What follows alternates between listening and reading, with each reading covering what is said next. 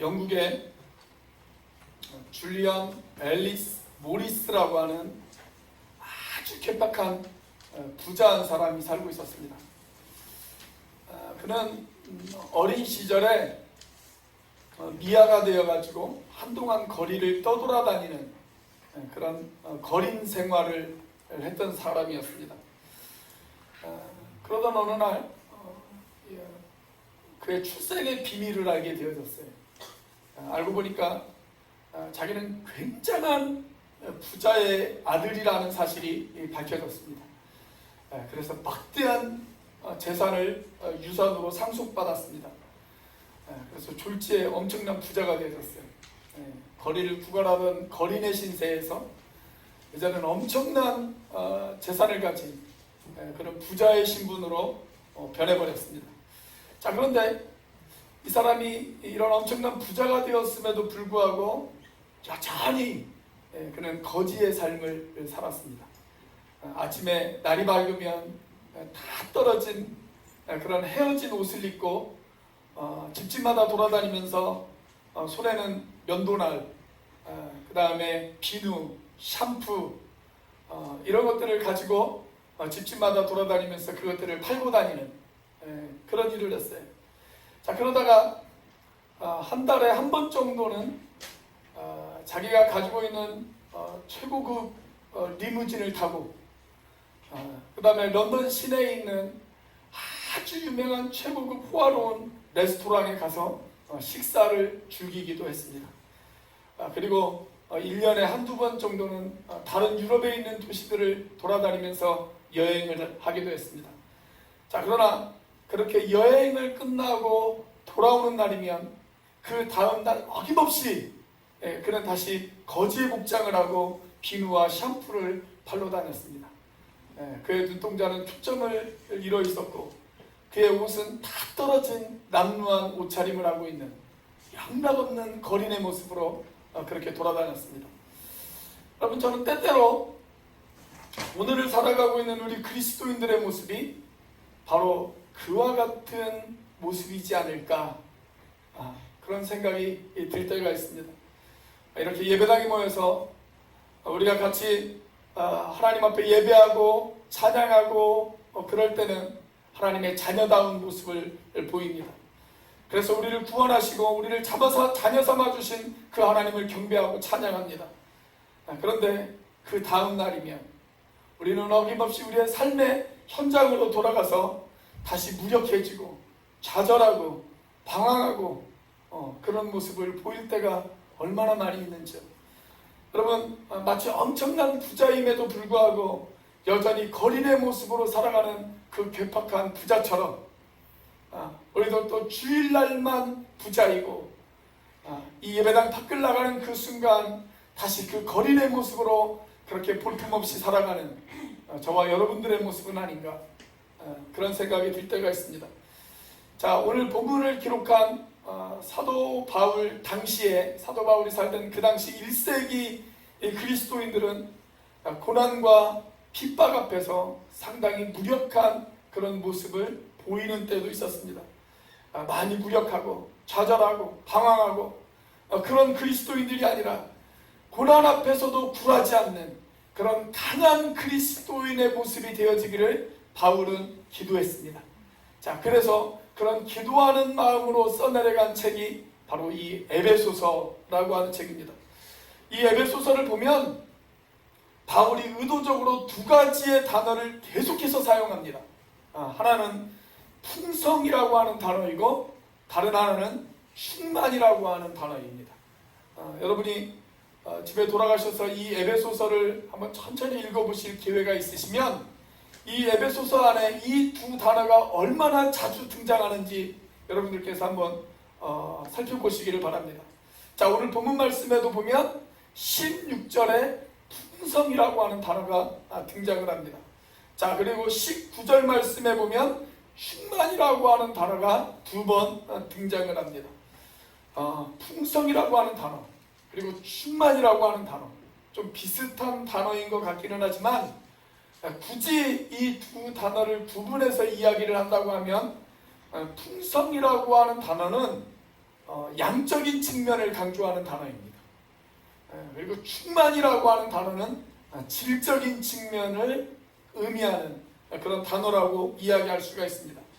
그러니까 바울이 이 에베소서를 쓰면서 에베소 교회 교인들에게 기대하고 원했던 삶, 아니 오늘 우리 주님께서 저와 여러분들에게 기대하고 원하시는 삶, 어떤 삶일까요?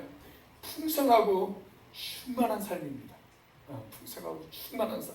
자, 오늘 본문이 이렇게 시작하죠. 14절과 15절. 자, 같이 한번 읽어보겠습니다. 시작. 이러므로 내가 하늘과 땅에 있는 각 족속에게 이름을 주신 아버지 앞에 무릎을 꿇고 비노니. 자, 하나님의 가족 공동체인 교회는 크게 두 곳에 존재해요. 이 땅의 모든 교회, 이 세상에 존재하는 교회는 크게 두 곳에 존재합니다. 하나는 하늘에 있는 교회입니다. 하늘에 있는 교회. 우리가 이것을 신학적인 용어로 우주적 교회라고 그렇게 이야기를 합니다. 그리고 또 하나는 땅에 있는 교회입니다. 우리가 이것을 신학적으로는 지역교회라고 그렇게 이야기합니다. 지역교회. 하늘에 있는 교회는 이미 지상에서 그들의 선한 싸움을 다 싸웠습니다. 그리고 하나님의 부르심을 받았습니다. 그리고 영원한 안식에 들어갔습니다. 그들은 지금 하늘 위에서 마음껏 하나님의 영광을 누리고 있습니다. 자, 그런데 바울이 그 하늘에 있는 교회, 그들을 생각하다가 땅에 있는 교회를 생각했어요. 땅에 있는 교회. 여전히 이 땅에 남아서 힘겹게 그들의 싸움을 싸워가고 있는 땅에 있는 교회를 생각했습니다. 자, 그리고 이야기를 합니다. 이 땅의 교회들이 비록 지금은 싸움에 지쳐서 때로는 힘겹고 때로는 고난 가운데 지쳐있는 모습을 보이지만, 그러나 그들이 알았으면 좋겠다. 이 땅에 있는 모든 교회들이 알았으면 좋겠다. 그들 앞에 놓여있는 예비되어진 하나님의 풍성함과 하나님의 충만함을 그들이 알았으면 좋겠다. 그런 마음으로 바울이 지금 기도하고 있는 거예요. 자, 그렇다면 오늘 저와 여러분들이 이런 풍성하고 충만한 삶을 살기 위해서 우리는 무엇을 기도해야 할까요? 첫째로 우리의 속사람이 강건하게 되기를 기도해야 됩니다. 우리의 속사람이 강건하게 되기를 기도해야 합니다. 자, 16절 말씀입니다. 같이 한번 읽어보겠습니다. 시작. 그의 영광의 풍성함을 따라 그의 성령으로 말미암아 너희 속사람을 능력으로 강건하게 하시오며. 자, 뭐가 강건해져야 된다고요? 우리의 속사람이 강건해져야 된다. 그렇게 이야기합니다. 우리의 속사람이 강건해져야 된다. 여러분, 속사람의 반대는 뭘까요? 겉사람이죠. 겉사람. 우리가 살아가는 오늘날은 속사람보다는 겉사람에 더 관심을 갖는 그런 시대가 되어져 버렸습니다. 그래서 사람들을 평가할 때 우리는 자꾸 겉모습을 보고 사람들을 평가합니다. 그 사람이 어떤 차를 타느냐, 몇 평짜리 집에 살고 있느냐, 어떤 브랜드의 옷을 입고 있느냐, 샤넬 백을 갖고 있느냐, 아니면 버버리 백을 갖고 있느냐, 뭐 이런 것들을 가지고 사람들을 평가할 때가 참 많아요. 여러분, 그 사람의 나이가 한 40대 후반 정도 접어들면은요, 가장 큰 관심 뭘까요? 40대 후반으로 넘어가면 가장 큰 관심 건강 아닐까요? 건강? 좀 그렇게 생각해요. 건강. 제가 한 30개 정도의 기도 모임이 있습니다. 그래서 한 달에 한두 번씩 모여서 그 기도 모임에 가서 같이 기도 제목을 나누고 서로 기도를 하는데, 제가 기도 모임에 갈 때마다 가장 많이 내놓는 기도 제목, 많은 목사님들이 가장 많이 내놓는 기도 제목이 뭐냐면 건강에 관련된 거. 건강에 관련된 거. 사람들이 건강에 관해서 얼마나 관심이 많은지 모릅니다. 그래서 그런지 요즘 건강에 관련된 산업들이 우후죽순처럼 많이 생겨나고 있잖아요. 물론 건강도 중요하죠. 그런데 우리가 성경을 아는 그리스도인들이라면 우리 겉사람의 건강도 중요하지만 그것보다 더 신경 써야 될 것, 여러분 그게 뭘까요? 속사람의 건강입니다. 속사람의 건강. 여러분 바울이 고린도 후서 4장 16절에서 이렇게 이야기를 해요. 우리의 겉사람은 낡아지나 우리의 속사람은 날로 새로워지도다. 그렇게 이야기합니다.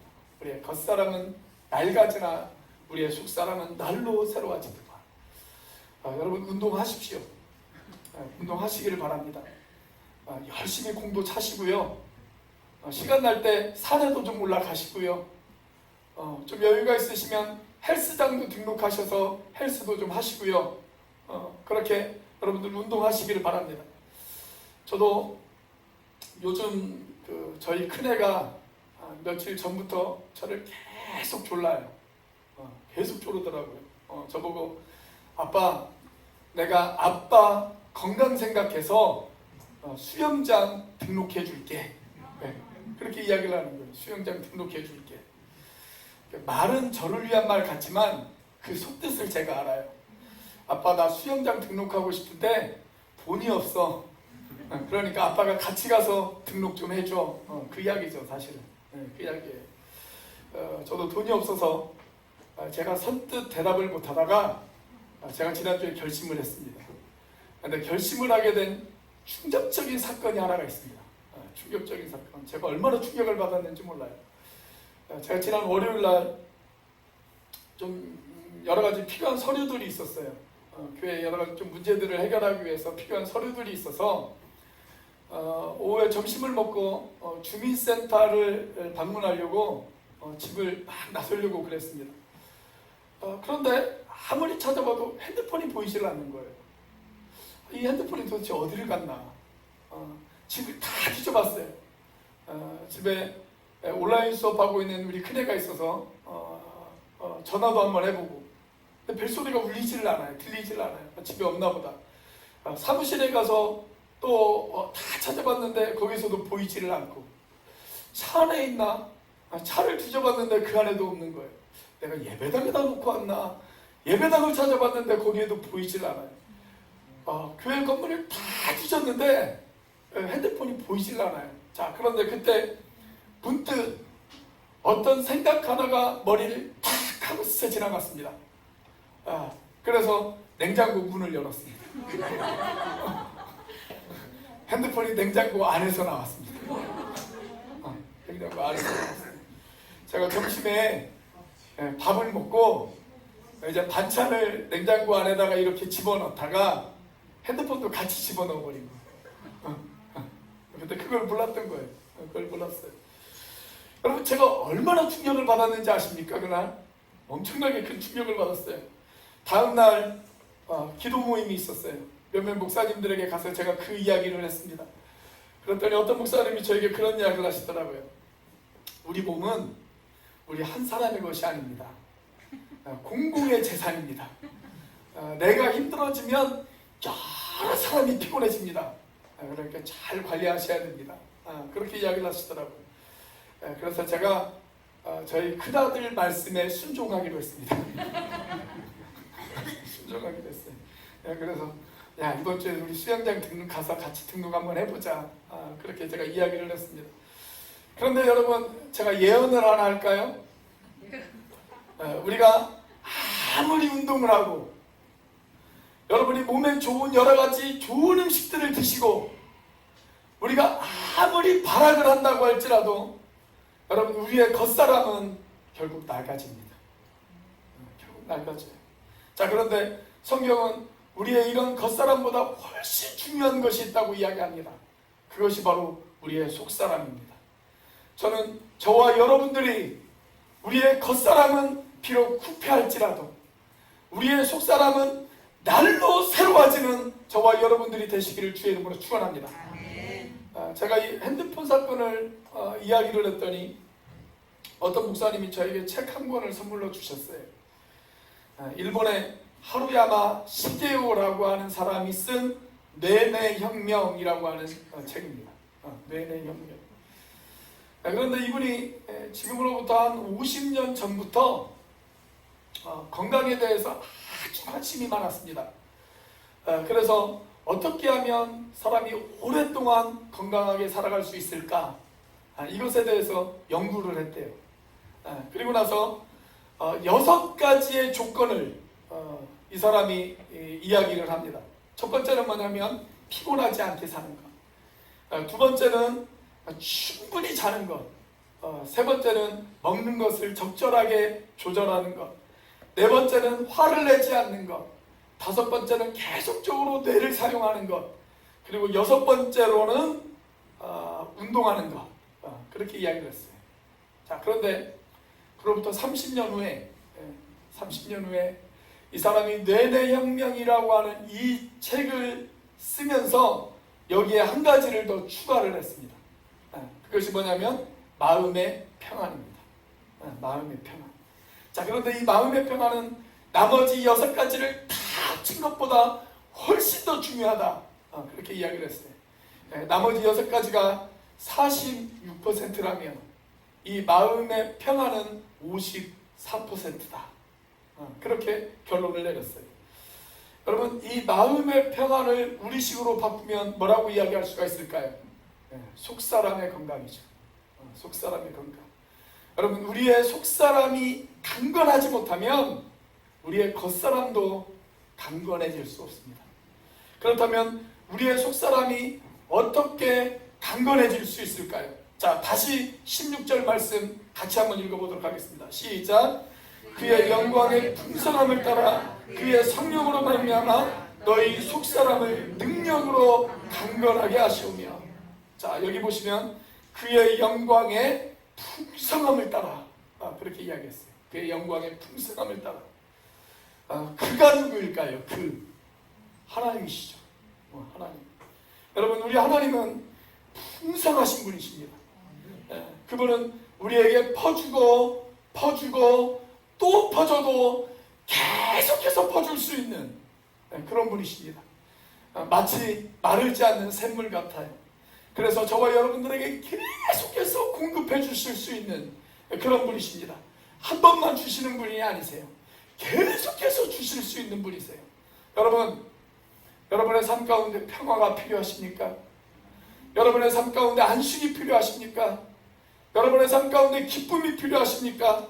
하나님께서는 성령을 통해 여러분들에게 이 모든 것들을 계속적으로 공급해 주실 수 있는 분이심을 믿으시기를 바랍니다. 자, 우리가 하나님께 이 모든 것들을 공급받기 위해서는 하나님과 지속적인 교제가 필요해요. 하나님과의 지속적인 교제. 그런데 내가 기도하지 않고, 내가 하나님 앞에 예배하지 않고, 내가 하나님의 말씀을 멀리하고 그 교제의 관이 막혀버려요. 내가 기도하지 않으면, 예배하지 않으면, 말씀을 멀리하면 하나님과의 교제의 관이 막힙니다. 하나님은 얼마든지 우리에게 공급해 주실 수 있는 분이시고 지금도 여전히 우리에게 공급해 주시는 하나님이시지만 내가 하나님과의 교제의 끈이 끊어져서 그 관이 막혀버리면 여러분, 하나님으로부터 오는 그 모든 것들을 공급받을 수가 없어요. 여러분, 그 관이 막혀서 공급받지 못한다면 여러분 얼마나 안타까운 일입니까? 그러므로 사랑하는 여러분, 하나님과 막힘없는 교제를 통해서 여러분의 속사람이 날마다 강건해지시는 그런 저와 여러분들이 되시기를 주의 이름으로 축원합니다. 자, 우리가 풍성하고 충만한 삶을 살기 위해서 우리는 무엇을 기도해야 될까요? 두 번째로 그리스도가 내 마음을 주장하시도록 기도해야 합니다. 그리스도가 내 마음을 주장하시도록 기도해야 합니다. 자, 17절 말씀 같이 한번 읽어보겠습니다. 시작. 믿음으로 말미암아 그리스도께서 너희 마음에 계시게 하시옵고 너희가 사랑 가운데에서 뿌리가 박히고 터가 굳어져서. 자, 여기 바울이 이렇게 기도해요. 그리스도께서 너희 마음에 계시게 하옵시고. 자, 여기 보면 계신다라고 하는 표현이 등장합니다. 계신다. 이 계신다라고 하는 말이 그냥 우리가 일반적으로 사용하는, 그래, 예수님이 내 안에 계시지, 그냥 이 정도의 표현을 의미하는 것이 아니에요. 내가 예수님을 영접하는 순간 물론 우리들 안에는 예수님이 계십니다. 예수님이 함께 하십니다. 그런데 여기 등장하는 계신다라고 하는 말은 그냥 단순하게 존재한다, 그 개념 이상의 의미를 가지고 있습니다. 여러분, 헬라어에는 계신다라고 하는 두 단어가 있어요. 계신다라고 하는 뜻의 두 가지 단어가 있습니다. 자, 하나는 일시적으로 머물러 있는 것, 그러니까 손님으로 있는 것을 이야기해요. 손님으로 있는 것, 손님으로 계시는 것. 자, 그런데 또 하나는 영원히 거하는 것, 즉 주인으로 계시는 것. 그 단어가 있습니다. 손님으로 계시는 단어가 있고 주인으로 계시는 단어가 있어요. 자, 바울이 여기서 계신다라고 하는 말을 사용했을 때 어떤 의도로 사용했을까요? 그냥 그리스도께서 저와 여러분들 가운데 손님으로 머물러 계시는 것, 그것을 의미하지는 않을 것입니다. 자, 그분이 나의 모든 영역, 나의 모든 생각, 그리고 나의 모든 행동, 그 모든 것을 온전하게 지배하고 다스리시는 주인으로 그분을 우리 마음 가운데 모셔야 한다, 그 이야기입니다. 자, 그렇다면 여러분들에게 질문하겠습니다. 오늘 예수님께서 여러분들의 모든 영역 가운데, 여러분들의 생각 가운데, 여러분들의 삶 가운데, 여러분들의 가정 가운데 정말 여러분들을 다스리고 주장하고 그분이 정말 여러분들의 주인으로 머물러 계십니까? 이 부분에 대해서 전 세계 그리스도인들에게 매우 도움이 되어지는 아주 작은 책 한 권이 있습니다. 제가 이미 한번 여러분들에게 소개를 드린 적이 있고, 지난 6월 달에 저희 교회 추천도서였던 내 마음 그리스도의 집이라고 하는 책입니다. 로버트 멍어라고 하는 사람이 쓴 내 마음 그리스도의 집이라고 하는 책이에요. 이 책은 이런 이야기로 시작이 되어집니다. 예수님이 우리 마음의 집에 들어와요. 예수님께서 내 마음의 집에 들어오셨어요. 자, 그런데 그분은 내 마음의 집으로 들어오셨을 때 손님으로 오신 게 아니에요. 주인으로 오셨어요. 주인으로. 자, 그분이 내 마음의 집에 주인으로 오셨다면 저와 여러분들이 가장 먼저 해야 될 일이 뭘까요? 가장 먼저 해야 될 일.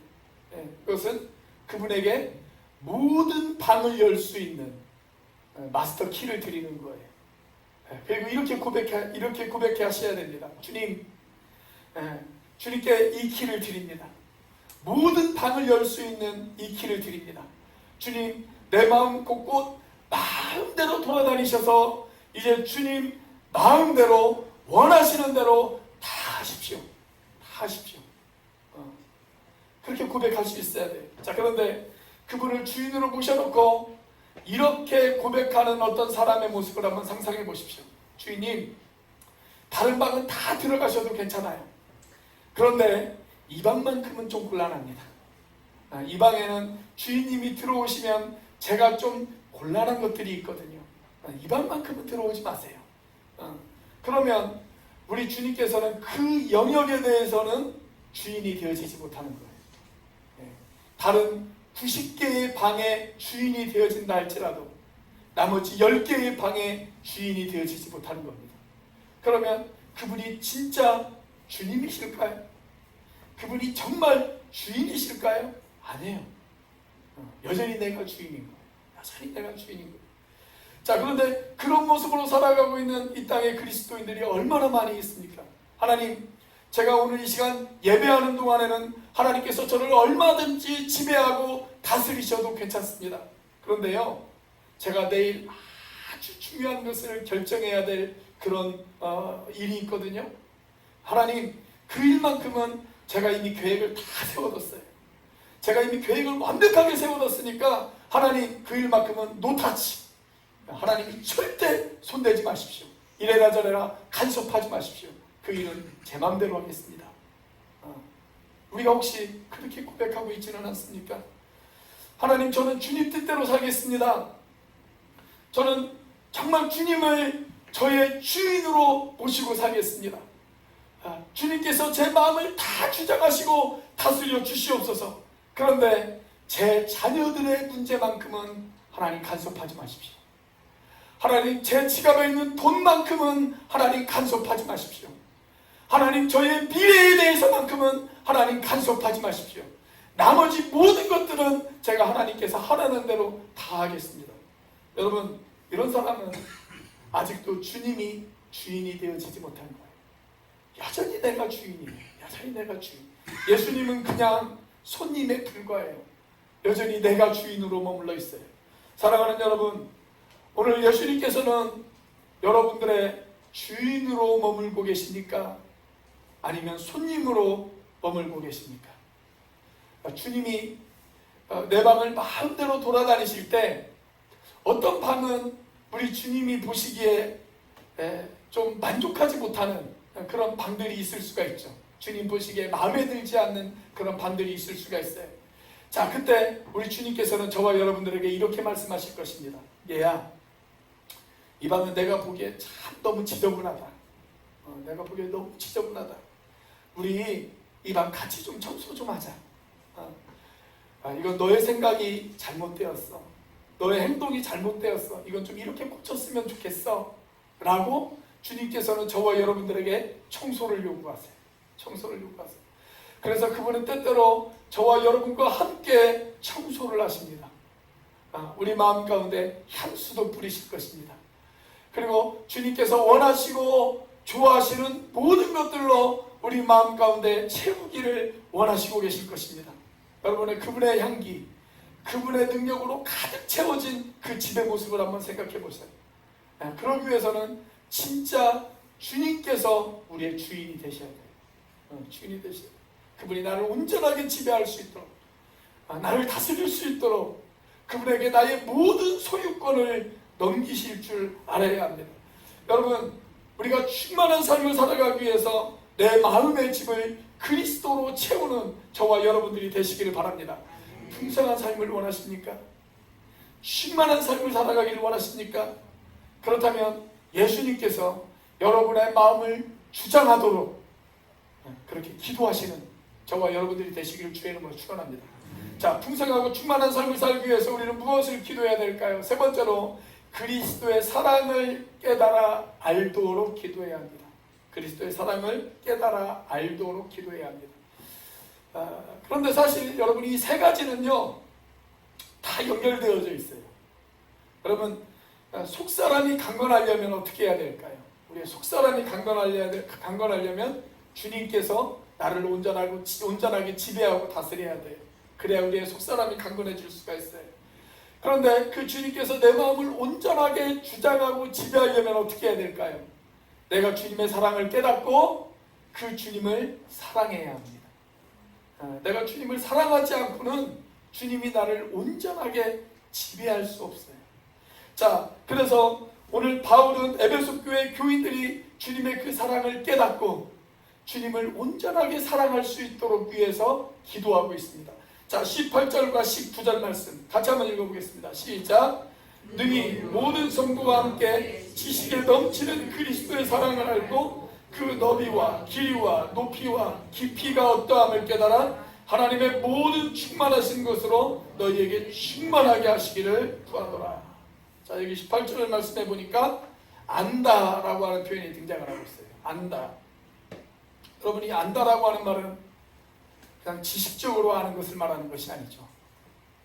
그 예수님의 사랑을 경험적으로 아는 것을 말하는 거예요. 경험적으로 아는 것. 저는 여러분들이 예수님을 지식적으로만 아는 사람, 그렇게 되어지지 않기를 축원합니다. 저는 여기에 있는 우리 청년들이, 여기에 있는 우리 학생들이 제발 예수님을 지식적으로만 아는 그런 사람이 되어지지 않기를 축원합니다. 그냥 어렸을 때부터 부모님들에게 들은 이야기, 그냥 어렸을 때부터 교회에서 들은 예수님에 관한 이야기, 그냥 그것을 아는 것으로만 끝나는 것이 아니라 그 예수님의 사랑을 경험하고 그 예수님의 사랑을 체험하고 그 예수님의 사랑을 깨닫는 우리 학생들과 우리 청년들이 되어주시기를 주의 이름으로 축원합니다. 여러분, 그래서 정말 나를 사랑하시는 그 예수님의 사랑의 그 넓이와 그 길이와 그 높이와 그 깊음이 어떠한지를 우리가 체험적으로 알 수 있는 저와 여러분들이 되시기를 주의 이름으로 축원합니다. 여러분, 주님께서 나를 어떻게 사랑하는지를 깨달은 사람, 그 사람은 자연스럽게 그 주님을 내 모든 삶의 주인으로 모실 수밖에 없어요. 여러분, 주님의 사랑을 깨달은 사람은 당연히 주님을 내 삶의 모든 주권자로 모실 수밖에 없습니다. 여러분, 사람이 어떤 사람을 계속 생각해요. 여러분, 경험을 한번 추억해 보십시오. 내가 어떤 사람을 계속 내 머릿속에 떠올려요. 그 사람이 내 머릿속에서 떠나지 않는 그런 경우, 어떤 경우가 있을까요? 저는 크게 두 가지 경우가 있을 거라고 생각합니다. 내 머릿속에서 어떤 사람이 떠나지 않는 경우. 첫 번째는 어떤 경우일까요? 왼수예요, 왼수. 왼수. 여러분, 그 사람만 생각하면 막 열이 받아요. 나에게 상처를 주고 아픔을 주고 너무나도 힘들어요. 여러분, 그런 왼수들 우리 머릿속에서 지우는 거 쉽지 않습니다. 그죠? 그래서 원수는 계속 내 머릿속에서 떠올라요. 자, 또 하나, 내 머릿속에서 계속 떠오르는 사람 누구일까요? 사랑하는 사람입니다. 사랑하는 사람. 내가 어떤 사람인가를 사랑하면 여러분, 그 사람이 계속적으로 내 머릿속에서 떠오릅니다. 그 사람이 나를 지배하고 나를 다스립니다. 사랑하는 그 사람이 나를 지배하고 다스려요. 제가 연애할 때 아주 좋아했던 찬송가가 하나 있습니다. 저는 지금도 그 찬송가를 좋아합니다. 가사가 얼마나 좋은지 제가 주야로 그 찬송가의 가사를 묵상했습니다. 가사가 이렇습니다. 이 세상에 하나밖에 둘도 없는 내 여인아, 보고 또 쳐다봐도 싫지 않은 내 사랑아, 온 세상을 다 준데도 바꿀 수 없는 내 여인아, 잠시라도 떨어져선 못 살 것 같은 내 사랑아. 나훈아 씨가 부른 찬송가입니다. 여러분, 내가 누군가를 사랑하게 되면 그 사람이 내 마음을 지배해요. 내 마음을 지배해요. 여러분, 지금 바울이 왜 이런 이야기를 할까요? 나는 여러분들이 그 사랑을 알기를 원합니다. 그리스도의 사랑을 알기를 원합니다. 그래서 정말 여러분들이 사랑하고 사모하는 그 주님이 여러분들의 모든 삶의 영역에 있어서 주인이 되어졌으면 좋겠습니다. 정말 저는 여러분들이 그렇게 되어지기를 원합니다. 그러기 위해서 그 사랑의 높이, 그 사랑의 넓이, 그 사랑의 길이, 그 사랑의 높이, 그 사랑의 깊이를 여러분들이 깨달았으면 좋겠습니다. 지금 바울이 그것을 위해서 기도하고 있는 거예요. 그것을 위해 기도하고 있어요. 자, 그러면 여러분, 주님의 사랑의 넓이, 주님의 사랑의 길이, 주님의 사랑의 높이, 주님의 사랑의 깊이, 그 모든 것이 얼마나 될까요? 사실 이 모든 것은요, 십자가 안에 다 있어요. 십자가 안에는 그 사랑의 넓이가 있습니다. 그 십자가 안에는 그 사랑의 길이가 있습니다. 십자가 안에는 그 사랑의 높이가 있습니다. 십자가 안에는 그 사랑의 깊이가 있습니다. 자, 예수님의 사랑의 넓이 얼마나 될까요? 그것은 모든 사람입니다. 모든 사람. 우리 주님은 모든 사람을 위해서 다 돌아가셨습니다. 여러분, 우리 주님이 사랑할 수 없는 사람은 아무도 없습니다. 아무리 흉악한 죄인이라 할지라도 우리 주님께서는 사랑하십니다. 그보다도 더 흉악한 사람도 하나님께서는 사랑하십니다. 본래 유대인들은 하나님께서 자기들만 사랑한다고 생각했죠. 자기들만 사랑한다고. 바울도 원래 유대인이었지요. 유대인이었어요. 자, 그런데 바울이 어느 날 성경을 읽고 그리고 복음을 깨닫고 나서 성경을 읽다가 깜짝 놀란 사실이 하나 있습니다. 그것이 뭐냐면 하나님께서 이방인도 사랑하신다는 사실이었습니다. 이방인도 사랑하신다는 사실. 여러분, 이방인까지 사랑하시는 그 하나님의 사랑의 넓이를 한번 생각해 보십시오. 하나님의 사랑이 그렇게 넓기 때문에 그 하나님께서 저도 사랑하시고 저도 사랑하시고, 하나님이 저를 사랑하신 것이 못마땅하십니까? 아멘 좀 하십시오.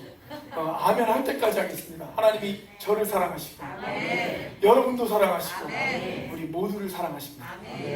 그게 하나님의 사랑의 넓이에요. 자, 우리 주님이 보여주신 사랑의 길이, 여러분, 우리 주님께서는 한 번 사랑하면 영원히 사랑하시겠다고 말씀하셨습니다. 영원히 사랑하시겠다고. 한 번 해병은 영원한 해병이고, 한 번 하나님의 자녀는 영원한 하나님의 자녀인 줄로 믿으시기를 바랍니다. 여러분, 그분은 우리를 사랑하시되 끝까지 사랑하셨어요. 끝까지 사랑하셨어요. 이 사랑의 영원함을 한번 생각해 보세요. 자, 그 사랑의 높이를 한번 생각해 보세요. 사랑의 높이. 여러분, 에베소서 2장 6절 말씀에 보면 우리 주님께서 우리를 구원하신 후에 우리를 하늘의 보좌 위에 앉히시겠다, 그렇게 말씀하셨어요. 하늘의 보좌 위에 앉히시겠다. 주님께서 나를 구원하시고, 야, 내가 너를 구원했으니까 이것으로 끝, 이제 네가 네 힘으로 알아서 살아, 이것이 아니라 주님께서 나를 지키시고 보호하시고 끝까지 함께 하실 뿐만이 아니라 그분은 나를 하늘의 보좌 위에 앉히실 정도로, 그래서 나와 같이 영원한 교제를 누리기를 원하시는 하나님. 여러분, 그 하나님의 사랑의 높이를 한번 생각해 보세요. 사랑의 높이. 자, 그 사랑의 깊이를 한번 생각해 보십시오. 우리 죄로 말미암아 주님께서는 대신 십자가에 돌아가셨어요. 여러분, 우리는 죄 때문에 지옥에 떨어져야 마땅한 사람들이었습니다. 그러나 우리 주님께서 우리의 죄의 그 무게를 대신 짊어지시고 제가 받아야 될, 그리고 여러분들이 받아야 될 그 진노와 저주를 대신 담당하셨습니다. 그리고 나를 사랑하셔서 주님께서 지옥의 고통까지 맛보셨어요. 여러분, 그 사랑의 깊이를 한번 생각해 보십시오.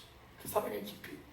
여러분, 그리스도의 이 사랑의 너비를 깨달은 사람, 이 사랑의 길이를 깨달은 사람, 이 사랑의 높이를 깨달은 사람, 그리고 이 사랑의 깊이를 깨달은 사람, 여러분, 그 사랑을 경험한 사람이 경험할 수 있는 아주 놀라운 일이 하나 있어요. 자, 그것이 뭘까요? 다시 19절 말씀 다시 한번 읽어보겠습니다. 시작. 그 너비와 길이와 높이와 깊이가 어떠함을 깨달아 하나님의 모든 충만하신 것으로 너희에게 충만하게 하시기를 구하노라. 자, 사랑에 빠진 사람이 주야로 그 상대방을 묵상하는 것처럼 주님을 사랑하고 그 사랑을 깨달은 사람, 그 사람에게 우리 하나님께서 무엇을 하시겠다고요? 하나님의 모든 충만으로 충만하게 하시겠다, 그렇게 약속해 주셨습니다. 하나님의 모든 충만으로 충만하게 하시겠다. 미국의 유명한 전도자 중에 율버 체프만이라고 하는 목사님이 계십니다. 이분이 목회하던 교회에 어떤 형제님이 아들이 하나 있었어요. 그런데 그 아들이 13살이 되었을 때 가출을 해버렸습니다. 그래서 가출한 이 아들을 찾아서 돌아다니기 시작을 합니다. 무려 몇 년 동안 찾아 헤맸냐면 18년을 찾아 헤맸어요. 그리고 18년을 찾아 헤맨 끝에 마침내 그 아들을 찾았습니다. 13살 때 가출한 아들을 18년 만에 찾았으니까 그 아들의 나이가 몇 살이에요? 네, 31살이에요. 31살 때 그 아들을 찾았어요. 자, 그런데 어디서 찾았냐면 미국에 가보면 필라델피아라고 하는 도시가 있어요. 이분이 필라델피아라고 하는 그 도시에 볼 일이 있어서 그 도시를 방문했다가 기차를 타고 이제 그 도시 필라델피아 역에서 막 내렸어요. 그리고 역사를 막 빠져나오려고 하는데 어떤 청년 하나가 그 역사에서 구걸을 하는 거예요. 자기에게 다가오더니 초점 없는 눈동자로, 그리고 아주 남루한 옷차림으로 이 청년이 이렇게 이야기를 하더래요. 손님, 25센트만 주세요.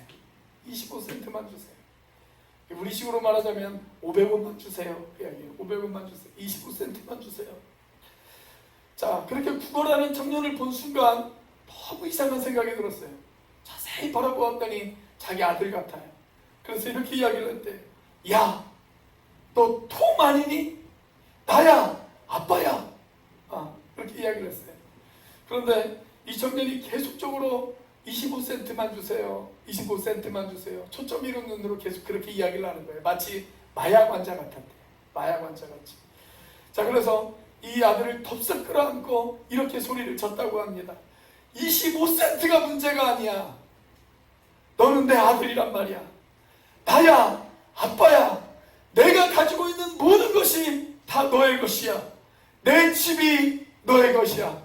내 돈이 너의 것이야. 내가 소유한 농장이 다 너의 것이야. 내 생명이 너의 것이고 내가 가지고 있는 모든 것이 다 너의 것이란 말이야. 가자, 집으로 가자. 집에 가서 아빠랑 같이 살자.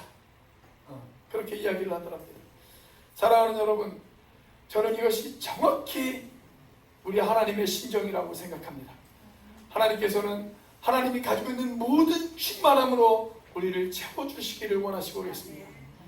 그런데 우리는 여전히 이 세상 가운데 방황하면서 25센트를 구하는 그런 인생을 살아가고 있습니다. 그런 하나님에게, 그런 우리에게 하나님께서 뭐라고 이야기를 하실까요? 얘야, 내 것이 다 너의 것이야. 내 부유가, 내 평안이, 내 은총이, 내 기쁨이, 내 능력이, 내 사랑이 다 너의 것이야. 가자, 집으로 가자. 집에 가서 나와 함께 살자. 우리 하나님께서 저와 여러분들에게 그렇게 이야기하지 않으실까요? 사랑하는 여러분, 하나님의 충만으로 우리들의 모든 것들이 채워지시기를 주의 이름으로 축원합니다. 그렇다면 우리가 어떻게 해야 될까요? 그 하나님의 사랑에 빠져야 합니다. 그 사랑을 깨달아야 합니다. 그리고 그 하나님의 사랑 앞에 우리가 사랑을 고백할 수 있어야 합니다. 자, 그래서 바울의 마지막 기도, 이 강렬하고 놀라운 바울의 마지막 기도를 한번 들어보십시오. 자, 이렇게 기도합니다. 우리 가운데 역사하시는 능력대로 우리가 구하거나 생각하는 모든 것에 더 넘치도록 능히 하실 이에게.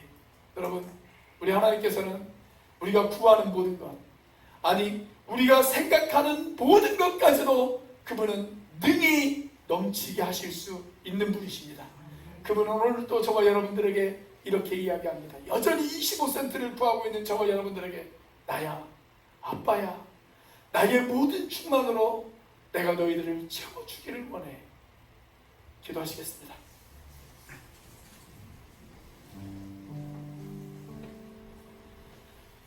우리 시간 함께 기도하기를 원합니다. 하나님은 우리가 풍성하고 충만한 삶을 살아가기를 원하시고 계십니다. 여러분, 그러기 위해서 우리의 속사람이 강건해야 합니다. 여러분의 속사람은 강건하십니까? 여러분은 지금 겉사람에 투자하는 인생을 살고 있습니까?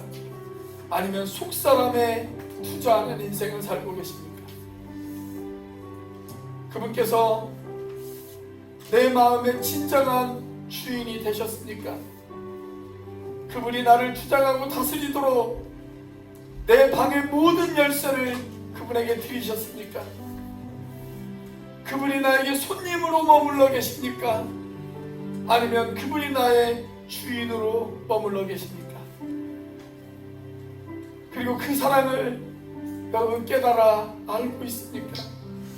지식적인 알미 아니라 내가 정말 하나님의 사랑을 깨닫고 알고 경험적으로 체험한 그 사랑의 고백이 여러분들 있으십니까? 주님, 이 시간 주님 한 분만으로 채워지는 인생이 되어지기를 원합니다. 그래서 주님께서 우리에게 주시기를 원하시는 그 풍성한 삶, 그 충만한 삶, 아버지 하나님, 우리가 그것들을 받아 누리며 살아가는 내 영혼이 되어질 수 있도록 인도하여 주시옵소서. 우리 시간 같이 한번 한 목소리로 하나님 앞에 기도하도록 하겠습니다. 같이 한번 기도합니다. 하나님, 아버지 하나님, 이 시간 주님 하나님 역사하여 주시옵소서. 하나님 인도하여 주시옵소서. 아버지 하나님, 내 인생의 주인이 하나님이십니다. 하나님께서 내 인생의 주인 되어주시기를 원합니다. 아버지 하나님, 내가 주인 되어졌던 모든 것들을 내려놓고 아버지 하나님의 이 시간, 아버지 하나님, 주님을 내 마음의 집의 주인으로 모십니다. 아버지 하나님, 내 마음의 모든 것들을 돌아다니시며 하나님께서 원하시고 하나님께서 기뻐하시는 것들로 하나님 나를 채워주시옵소서. 아버지 하나님, 내가 주님을 사랑합니다. 아버지 하나님, 내가 주님을 고백합니다.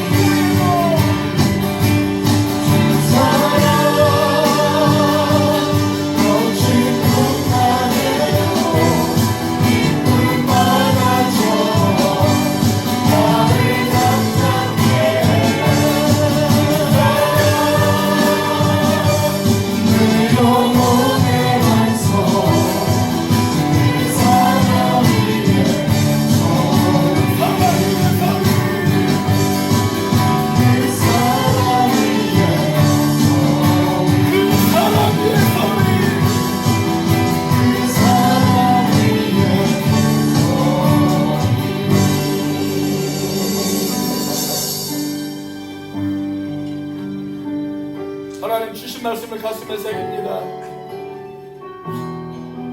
이 시간 우리의 속사람을 위하여 기도합니다.